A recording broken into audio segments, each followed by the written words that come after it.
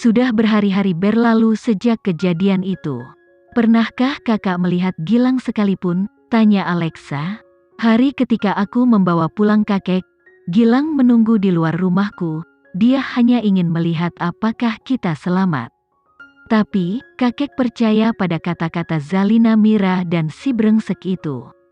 Mereka mengatakan aku adalah simpanan Gilang.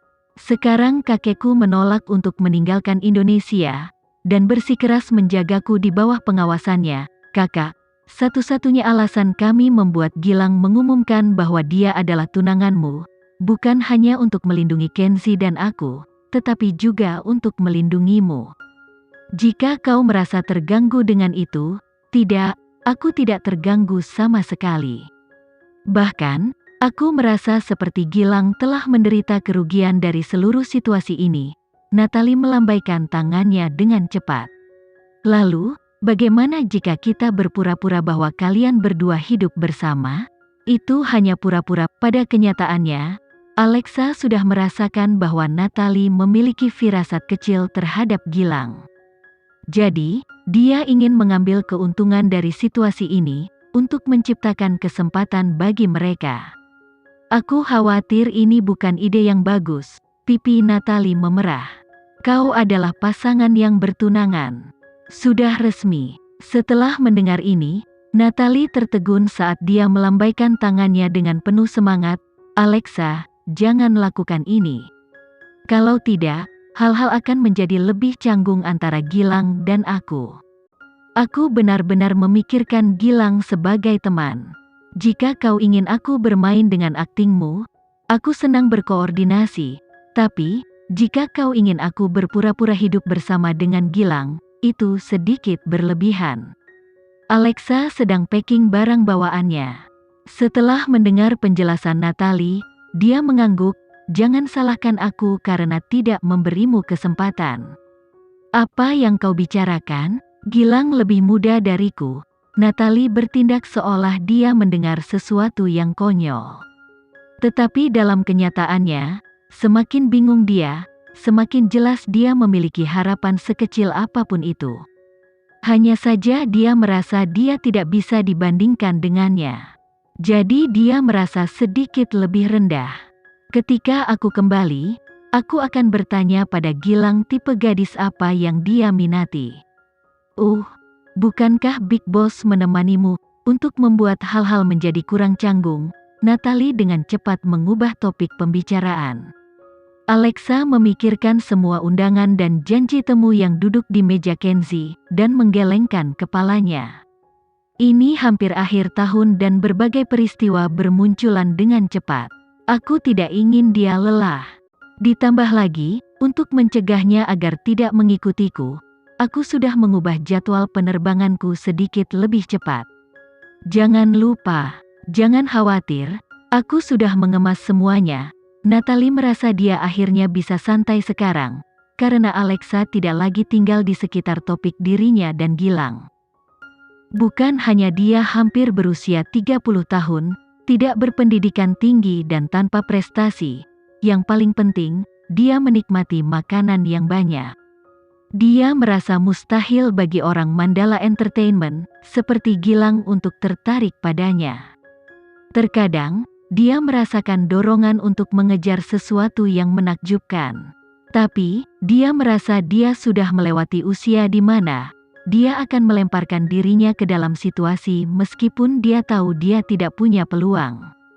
Tidak lama setelah Natalie meninggalkan Hyatt Regency, Gilang muncul dengan sepiring sashimi segar yang diangkut langsung dari Jepang. Melihat Alexa sendirian di ruang tamu, ekspresinya bingung. Bukankah Natalie ada di sini beberapa saat yang lalu? Kenapa dia pergi menatap sashimi? Jelas, dengan rencana dietnya yang bergizi, tidak mungkin dia memakan ini. Jadi dia tersenyum pada Gilang, dia baru saja pulang. Bagaimana jika kau mengejarnya? Oh, lupakan saja kalau begitu, jawab Gilang. Gilang, bisakah kau jujur padaku? Tentang Natalie. Oh, itu, sebelum Alexa selesai, Gilang dengan canggung memotong. Dia melihat ke bawah ke sepatu kulit yang dipoles dengan baik dan menjawab, "Setelah melihat dia diintimidasi, aku hanya merasa sedikit simpati terhadapnya." "Hanya simpati? Apalagi kemungkinannya?" Alexa menundukkan kepalanya tanpa daya. Dia sudah lama tahu bahwa IQ Gilang tidak terlalu tinggi, tapi ini terlalu rendah. "Bukan apa-apa, aku tidak bisa makan ini. Pergi dan berikan pada Natalie." "Bagaimana jika kakeknya salah paham? Kurasa aku tidak harus melakukannya." Setelah berbicara, Gilang berbalik dan meninggalkan Hyatt Regency. Alexa dibiarkan menatap kosong pada piring sashimi segar pada saat ini. Kenzie keluar dari ruang belajar setelah menyelesaikan pekerjaannya. Melihat Alexa tampak sedikit tidak berdaya, dia tidak bisa menahan pelukan dari belakang. "Kau juga tidak suka makan ini kan?" Alexa menjawab ketika dia mengeluarkan teleponnya dan memanggil Natalie. "Gilang mengirimkan sepiring penuh sashimi segar. Apakah kakak ingin membawanya pulang dan menikmatinya?" Natalie baru saja tiba di rumah. Dia mendapati dirinya tidak fokus pada sashimi, tetapi Gilang. Dia menyadari dia merasa sedikit gelisah ketika dia memikirkannya. Tetapi setelah menahan perasaannya sejenak, dia masih merasa hal-hal yang tidak benar ketika dia menolak Alexa.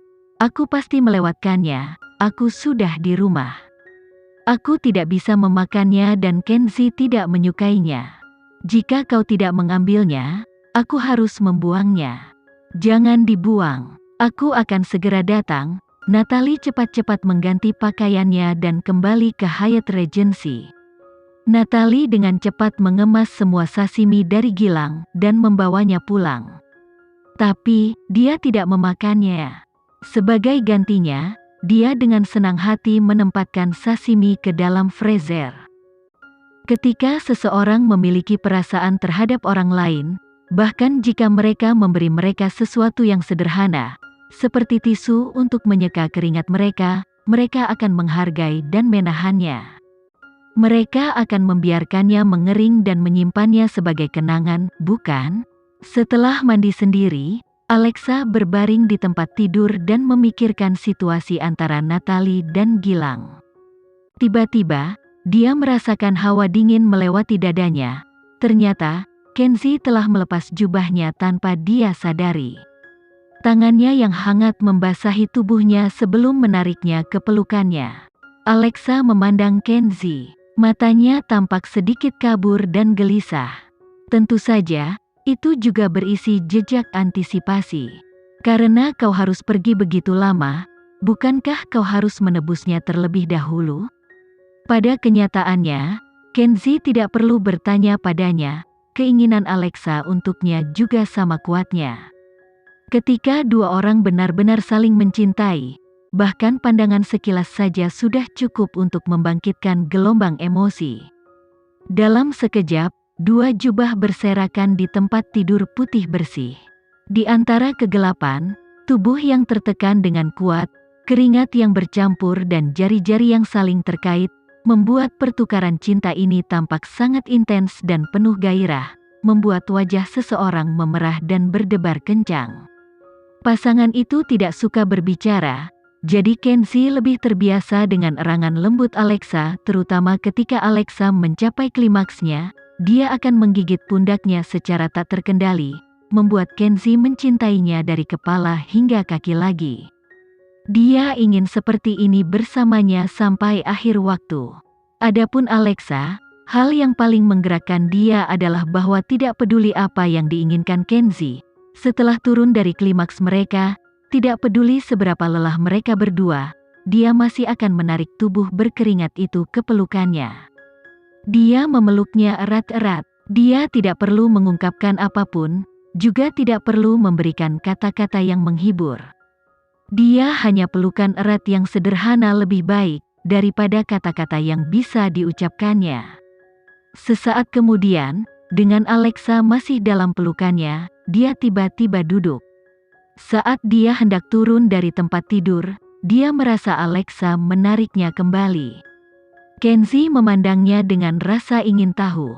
Alexa seperti gadis kecil nakal saat dia menempel di dadanya.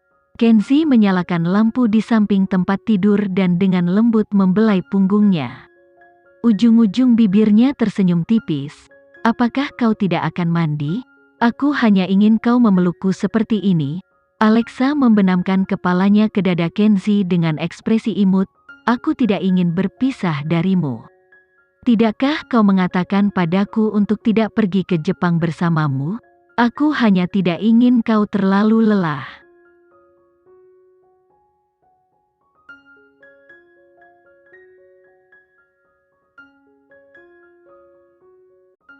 Sekian dulu ya video kali ini, kita lanjutkan lagi videonya di lain waktu. Oh iya, bagaimana menurut kalian? Semoga bisa sedikit menghibur kalian semua. Untuk teman-teman yang baru nonton jangan lupa subscribe ya hehehe. Dan kalau teman-teman ada yang ingin gabung langganan bisa langsung gabung saja untuk dapat fitur yang menarik dan sedikit membantu Mimin. Terima kasih banyak sudah menonton, sampai jumpa lagi, bye bye bye.